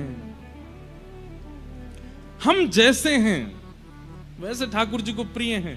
किसी के अंदर काम भावना, किसी के अंदर क्रोध भावना, किसी के अंदर लोभ भावना है, छुपा करके ठाकुर जी के सन्मुख जाने की आवश्यकता नहीं है, बल्कि वहां जाकर के तो कहिए कि नाथ हम ऐसे हैं। ठाकुर जी को वो प्रिय लगता है कि कोई व्यक्ति स्वीकार्य करके आता है कि वो दोष युक्त है। एक कथा सुनिए। श्रीमद् वल्लभाचार्य जी के वंश में गुसाई श्री विठलनाथ जी, उनके पुत्र हुए श्री गोकुलनाथ जी। तो गोकुलनाथ जी रोज दीक्षा देते थे, ब्रह्म संबंध देते थे। दीक्षा देते समय उनका एक अद्भुत क्रिया करते थे। दीक्षा देने से पहले जो व्यक्ति सामने आता था उससे एक प्रश्न करते थे, क्या तुम्हारी संसार में कहीं आसक्ति है? तो कई लोग दीक्षा लेने के प्रलोभ में बोल देते थे, नहीं नहीं हमारी तो कहीं आसक्ति नहीं, जब से आपको देखा, आपके प्रवचन सुने, आपकी कथा सुनी, हमारी तो आसक्ति निकल गई। तो गोकुलनाथ जी को कोई भी ये बात कहता था कि हमारी कहीं आसक्ति नहीं, तो वो कहते फिर हम दीक्षा नहीं देंगे आपको। विचित्र बात। संसार में, धन में, पत्नी में, बच्चों में, परिवार में कहीं आसक्ति है? सामने वाला कहता नहीं है, तो गोकुलनाथ जी कहते ठीक है, तो फिर दीक्षा नहीं होगी तुम्हारी, जाओ। एक बार एक ने पूछा, बोले महाराज जी आप ये कैसी क्रिया करते हैं? आप दीक्षा देने वाले से पूछते हैं तुम्हारी संसार में कहीं आसक्ति है, और संभवतः है कि वो दीक्षा लेने आया है तो सब जगह से अपना मन हटा के आया है, और नहीं भी हटा के आया तो हटाने के लिए आया है। आप ऐसा सुनकर के उसको छोड़ क्यों देते हैं? गोकुलनाथ जी कहते भैया श्याम सुंदर तो आसक्ति के अधिकारी हैं। अगर किसी के चित्त में कभी आसक्ति किसी के प्रति हुई ही नहीं है तो वो आसक्ति कृष्ण में कैसे करेगा? और कृष्ण में आसक्ति नहीं होगी तो फिर उसको मैं दीक्षा कैसे दूं? हाँ, अगर कोई कह दे कि हाँ मेरी पहले यहां आसक्ति रही, फिर मैं उसे दीक्षा देता हूं कि चल तेरे अंदर आसक्ति का लक्षण है ना, बस वो संसार से हटा के ठाकुर जी में लगानी, आसक्ति है तो दीक्षा मिलेगी। ऐसे श्री गोकुलनाथ जी, मतलब वे कहते हैं, उनकी वाणी है, वे वाणी में कहते हैं कि अगर किसी व्यक्ति में कोई दोष है ही नहीं तो ठाकुर जी का कैसे होगा? किसी में काम नहीं है, किसी में लोभ नहीं है, किसी में आसक्ति नहीं है, तो ठाकुर जी का कैसे होगा? क्यों? क्योंकि काम, लोभ, आसक्ति आदि आदि ये जो अवगुण हैं ये संसार के प्रति होते हैं। गुरु कृपा करके इन्हीं दोषों को ठाकुर जी में लगाता है, तभी तो भक्ति में आगे बढ़ेगा। उनकी आज्ञा ऐसी है कि कोई आसक्त चित्त हो तभी वो गुरु आश्रय से ठाकुर जी में लग सकता है। दोष स्वीकारीकरण ठाकुर जी को प्रिय लगता है। पूतना का भगवान ने वध कर दिया। सब ब्रजवासी दौड़े देखे के काजे कहा भयो, इतनी जोड़ते आवाज आई है तो देखी विशाल पूतना पड़ी है और वाक्य पयोधर के ऊपर लालजी लेटे भये हैं। ब्रजवासी ने जाकर के लाला उतारे, गौ माता के पास ले जाकर के लाला को स्नान आदि करायो। सब ब्रजवासी बड़े दुखी है गए, लेकिन लाला की प्रसन्न चित्तता देख करके सब प्रसन्न है गए। बोलो पूतना मर्दन भगवान की। 6 दिन के ठाकुर जी ने पूतना मार दी। धीमे धीमे ठाकुर जी 3 महीना के भय, और 3 महीना के लाला ने सक्टासुर मार दियो। इतने असुर मारे गए, लेकिन किसी भी ब्रजवासी को यह संशय नहीं होता कि ये लाला मार रहे हो है। सब ब्रजवासी आपस में कहा चर्चा करें, अरे नंद बाबा ने इतने यज्ञ किए, इतने अनुष्ठान किए, इतने आशीर्वादन के बाद लाला भयो है। वो सब आशीर्वाद यज्ञ अनुष्ठान लाला के चारों तरफ घूमते घूमते या की रक्षा करें। कोई भी अला बला राक्षस जैसे ही लाला को स्पर्श करवे आवे तो वो यज्ञ अनुष्ठान आशीर्वाद के प्रभाव से नष्ट हो जाए। लाला थोड़ी कर पा रहे हो कछु। हाँ, यहीं से निकल जाओ, यहीं से आ जाओ। जय।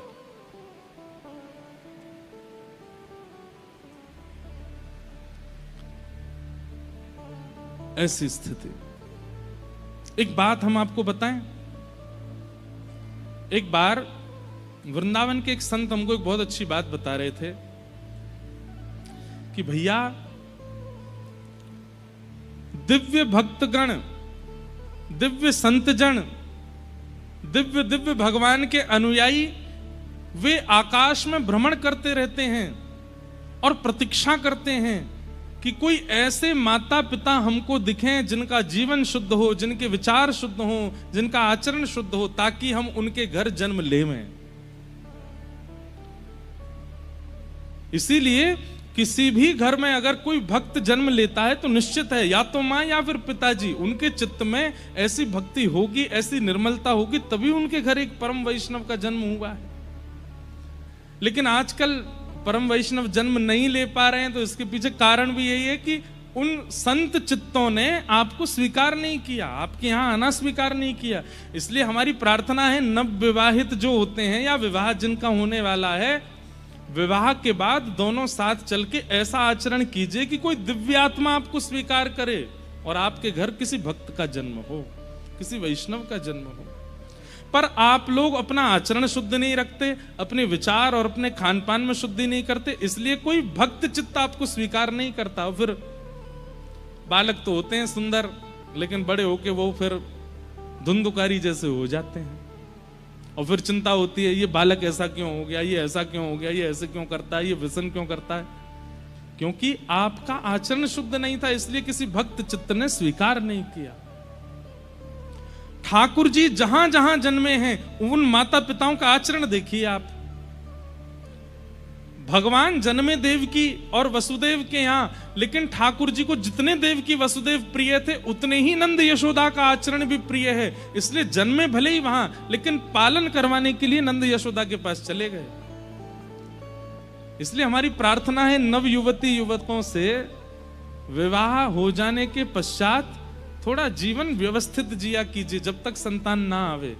देखिएगा फिर संतान के रूप में कोई परिवर्तन करने वाला कोई भक्त वैष्णव ही जन्म लेगा, क्योंकि वो आपको चुनते हैं। फिर जो संसार के संसारी भोगों में संलिप्त होने वाले बालक आते हैं ना, वो आपके कर्मों से आते हैं। पर भगवत भक्त, वैष्णव भक्त, या फिर संसार में कुछ बदलाव करने वाले या संसार में कुछ विकास करने वाले बालक जन्मते हैं, वो बालक आपको चुन के आते हैं, आपके आचरणों को देख करके आते हैं। इसलिए आचरण शुद्ध रखिए। नंद यशोदा के यहां ठाकुर जी आए। 3 महीना के ठाकुर जी ने सक्टासुर का वध किया। अब ठाकुर जी 1 साल के है गए, घुटमुन चलना सीख गए ठाकुर जी। यशोदा मैया लाला के चरणन में नूपुर पहना देती है, और जैसे ही आज नूपुर पहनाए हैं, तो जैसे ही ठाकुर जी पहली बार नूपुर पहन करके पृथ्वी पर उतरे और जैसे ही घुटमुन चलने लगे, तो अपने ही नूपुरन की आवाज सुनकर के ठाकुर जी पीछे देख रहे हैं, ये आवाज कहां से आ रही है। और फिर चलते फिर देखते हैं ये आवाज कहां से आ रही है, और यशोदा मैया इस झांकी का दर्शन कर रही है।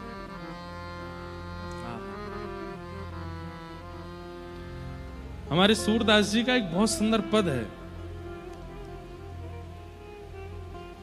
ठाकुर जी जब बोलना सीख गए एक नया गुण है ठाकुर जी का। नहीं, ये पद नहीं है, दूसरा है।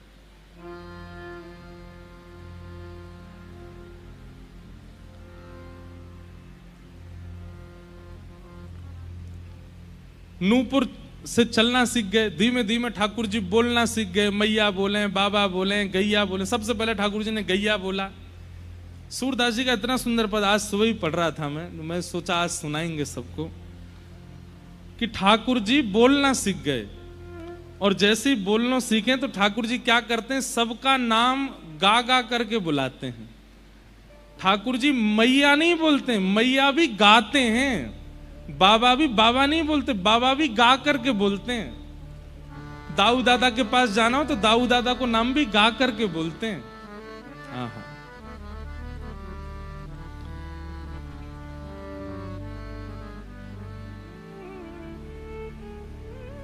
सूरदास जी वर्णन कर रहे हैं।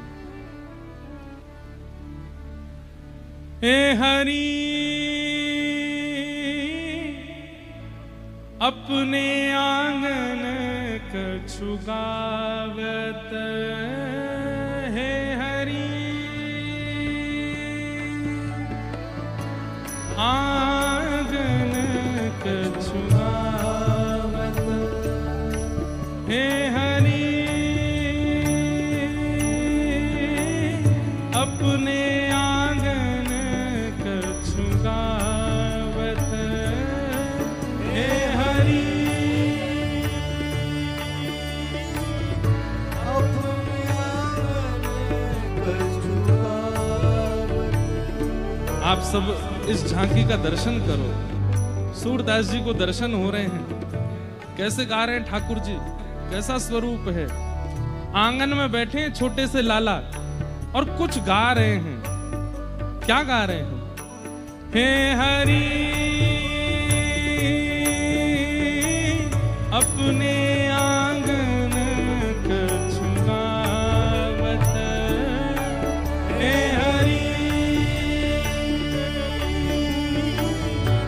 अपने आंगन कछु गावत। तनक तनक चरणन सो नाचे, तनिक तनिक चरणन सो नाचे, मन ही मन रिझवावे, मन ही मन रिझवावे। सूरदास जी कह रहे हैं छोटे से लाला कछु गा रहे हैं और गा करके खुद ही नाच रहे हैं। यशोदा मैया कहीं काम में लगी हैं, नंद बाबा गैया चरावे गए, दाऊ दादा नंद बाबा के संग गए, अकेले ठाकुर जी अपना मन कैसे लगा रहे हैं? बोले कछु गुनगुना रहे हैं और अपनी ही धुन पे खुद ही नाच रहे हैं। हे हरि अपने आंगन कछु गावे, हे हरि अपने आंगन कछु गावत। तनिक तनिक चरणन सो नाचे, तनिक तनिक चरणन सो नाचे, हे मन ही मन रिझवावे, मन ही मन रिझवावे।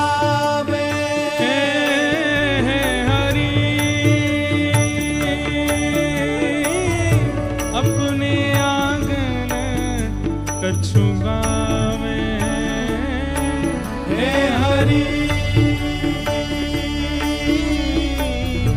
अपने आंगन और कछु गावत। यशोदा मैया काम में लगी हैं, नंद बाबा कहीं बाहर गैया चरावे गए हैं, दाऊ दादा संग गए, और तभी ठाकुर जी के नृत्य को देखवे के काजे छोटी छोटी बच्चियां आकर के द्वार पे खड़ी है जाएं, भीतर नहीं आ रही हैं, क्योंकि बच्चियान को भी ऐसा भय लगे नेक्से से हैं, हम कहीं भीतर कहीं डर के मारे गिर गए तो बाहर ही खड़ी खड़ी बच्चियां ठाकुर जी को देख रही हैं। सूरदास जी वर्णन कर रहे हैं, उन बचियान को देख करके ठाकुर जी भुजा उठा करके उनको ऐसे अपनी ओर बुला रहे हैं। कितनी सुंदर छवि है। बाह उठाए कारी धोरी, बाह उठाए कारी धोरी, बचियन टेर बुलावे, हाँ बचियन टेर बुलावे, ओ बचियन टेर बुलावे, बचियन टेर सब लोग बुलावे, हरि अपने आंगन कछु गावे, हे हरि अपने आंगन कछु गावे। ठाकुर जी अभी इतनो चलनो नहीं सीखे हैं, धीमे धीमे चरण रखते हैं, नेक नेक चलनो सीखे तो नाच रहे हैं, गा करके नाच रहे हैं। छोटी छोटी बच्चियां खड़े हैं करके ठाकुर जी को देख रही हैं, अपनी भुजा उठा के काली और गोरी जो बच्चियां हैं उनको अपने पास बुला रहे हैं, अपने समीप बुला रहे हैं। और वे अगर आवे में नेक डरे तो ठाकुर जी उनके समीप जा रहे हैं। और जब गैया छोटी छोटी बच्चियां आकर के लाला को घेर ले में, तो छोटी छोटी बच्चियां भी ठाकुर जी इतने ऊंची हैं। और ठाकुर जी कभी उनके कान पकड़े, कभी उनके गरे पकड़े, कभी उनको हृदय से लगावे। सूरदास जी इस भाव का दर्शन कर रहे हैं। और कबहू के बाबा नंद पुकारे, कबहू के बाबा, हमारे साथ गाइए सब लोग। कबहू के बाबा नंद पुकारे, कबहू के बाबा नंद पुकारे, हे कबहू के घर में आवे, कबहू के घर में आवे। क्या भाव वर्णन कर रहे हैं? उन बच्चियान को अपने पास लेकर के ठाकुर जी दिखाना चाह रहे हैं नंद बाबा को कि बाबा मैं भी गैया चरावे वारो है वो। अभी 1 साल के हैं ठाकुर जी, तो द्वार पर जाते हैं और बाबा को ढूंढ करके पुकार रहे हैं। और जब बाबा नहीं दिखते तो फिर वापस भीतर आ जाते हैं। कबहू क बाबा नंद पुकारे, कबहू क बाबा पुकारे, हे कबहू के घर में आवे, कबहू घर में आवे, हे हरि अपने आंगन कछु गावे, हे हरि अपने आंगन कछु गावे, हे हरि अपने आंगन कछु गावे, हे हरि अपने आंगन और कछु गावे। बंधुओं, खुले नेत्रों से इस पद को मत सुनिए, यहाँ तो नेत्र बंद करके अनुभव कीजिए ठाकुर जी का। छोटे से लाला हैं, नेक्सीसी कॉपीन पहन रखी है बस कमर पे, और कुछ नहीं पहना है। गदमदरा से हाथ हैं, गदमदरा से पांव हैं, गले में केवल एक मोती की माला है। घुंघराले केश हैं और ऊपर कुछ केशों की गूंथ बना करके मैया ने मोती से बांध रखे हैं, और बीच में केवल एक मोर पंख लगा है।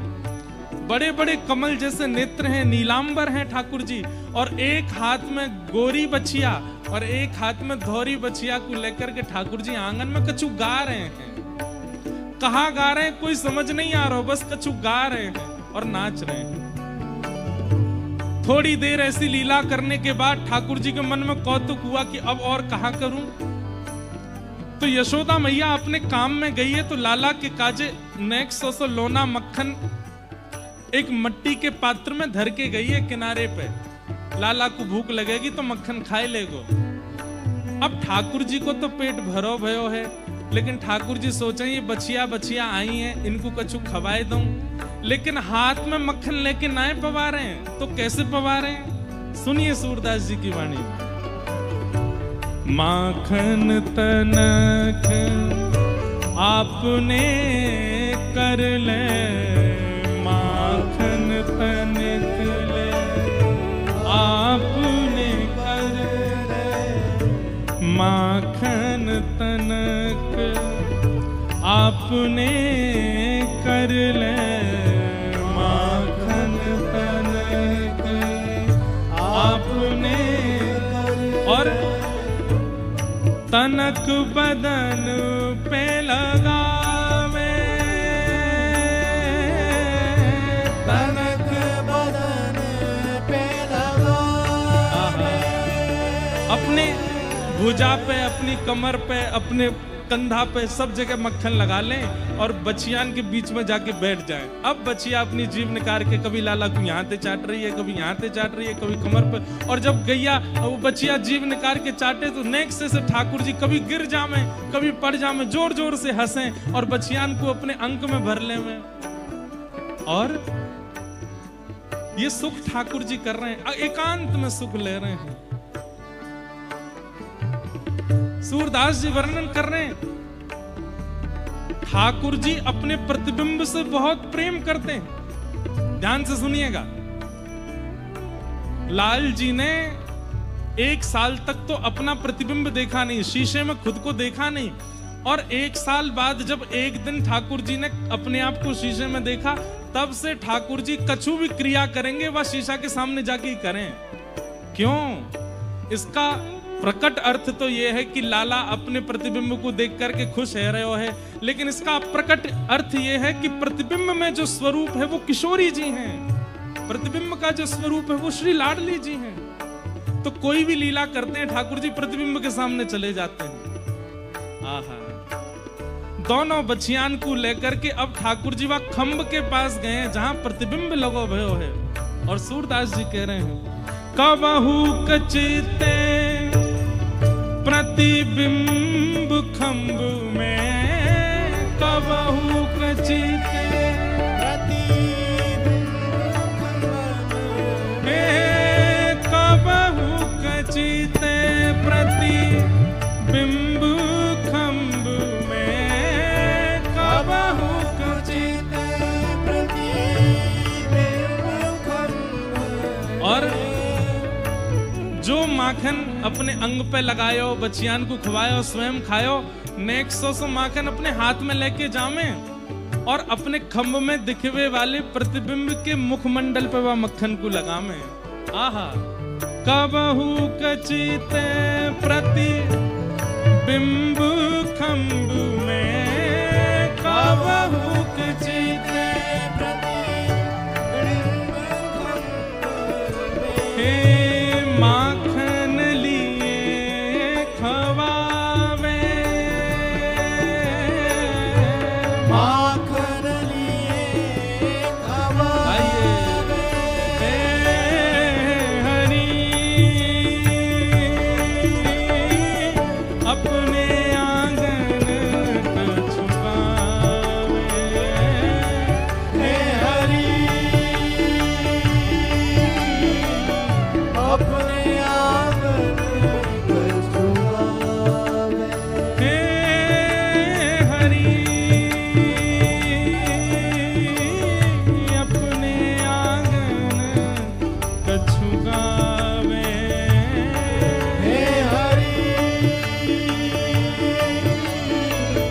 अपने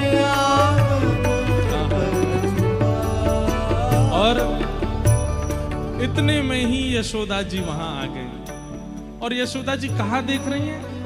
नेक्स्ट 100 लाला नीचे बैठो खंबा के पास, दोनों पांव आगे करके बैठो है, और वहां दोनों बच्चियां भी लेटी भई हैं। दोनों उनके सिर के ऊपर गर्दन पे ऐसे हाथ डाल करके लाला अपने ही प्रतिबिंब से बात कर रहा है। अभी बोलना अच्छे से आवे ना है, बस कछु बोल रहे हैं, कहा बोल रहे हैं ये खुद को भी नहीं पता, और बच्चियां बड़े कान उठा करके लाला के स्वरन को सुन रही हैं।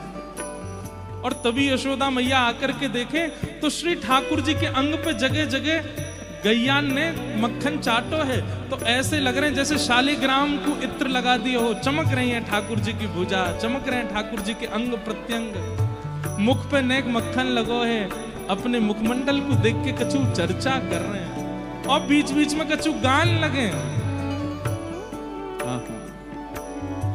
दूर देखत जसुमती यह लीला, दूर देखत यशुमती यह लीला, हर्ष आनंद बढ़ावे,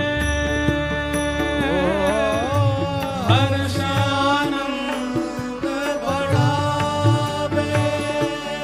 हे सूर श्याम के बाल चरित नित, सूर श्याम के बाल चरित, हे सूर दास नित बाल चरित के, सूर दास नित बाल चरित, हाँ नित ही देखत भावे,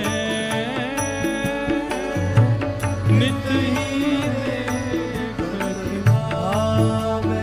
हे हरि अपने आंगन कछु गावे, हे हरि अपने आंगन कछु गावे, हे हरि अपने आंगन कछु गावे, हे हरि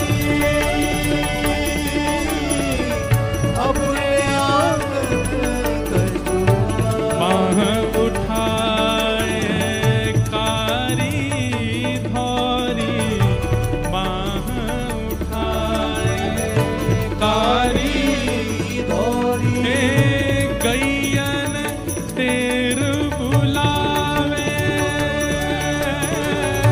गैया तेरे बुलावे, बछिया टेर बुलावे, बछिया तेरे बुलावे, हे हरि अपने आंगन कछु गावे, हे हरि अपने आंगन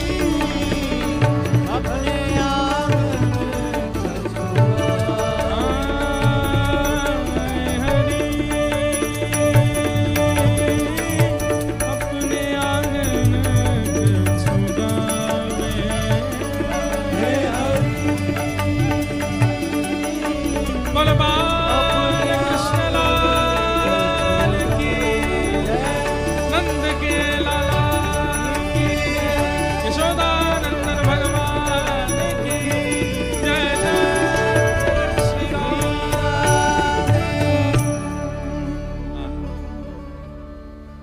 आज पहली बार हमने भी अनुभव किया इस रूप का सूरदास जी की वाणी में। हे हरि अपने आंगन कछु गावे, कुछ गा रहे हैं। तनक तनक चरणन सो नाचे मन ही मन रिझवावे, मतलब छोटे छोटे चरणों से नाच रहे हैं गा करके और खुद ही खुद पे प्रसन्न हो रहे हैं। मन ही मन रिझवावे, कोई और प्रशंसा करे उसकी अभी अब कामना नहीं है, खुद ही खुश हो रहे हैं अपने आप ही। बाह उठाए कारी धौरी बछिया निकट बुलावे।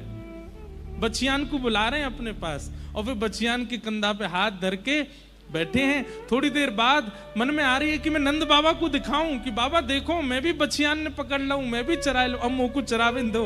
1 साल के ठाकुर जी की इच्छा अभी से प्रकट हो गई, मुझे बछिया चरानी है, गैया चरानी है।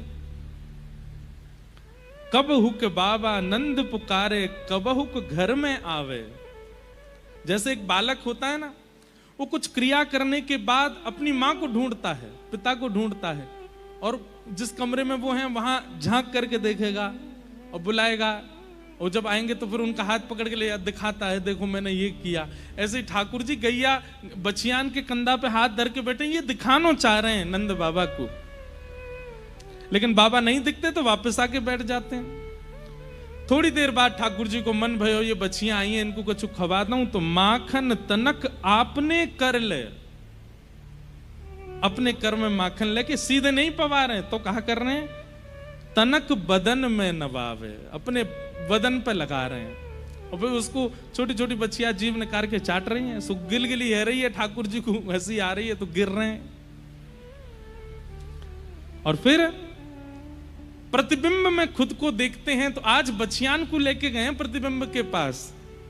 कब हुक चेत प्रतिबिंब खंभ में, आहा, अपने संग गैयान को लेके प्रतिबिंब में देख रहे हैं। क्यों? क्योंकि प्रतिबिंब में जो स्वरूप है ये निकुंज लीला में श्री जी हैं, प्रतिबिंब में कोई और नहीं, किशोरी जी हैं। ठाकुर जी किशोरी जी इनको दिखावे लाए, देखो मेरी नई नई गैया।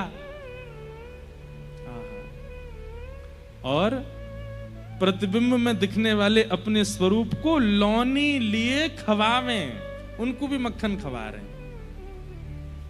दूर दिखत जसुमति यह लीला, हर्षानंद बढ़ावे। सूरदास के बाल चरित नित नित ही देखत भावे। सूरदास जी के ऊपर एक बहुत बड़ी कृपा थी ठाकुर जी की।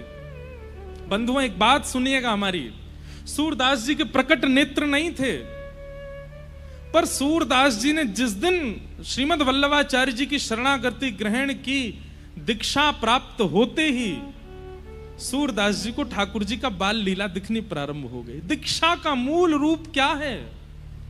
कई लोग दीक्षा इस भाव से लेते हैं कि अब हमारी जिम्मेवारी गुरु जी के हाथ है।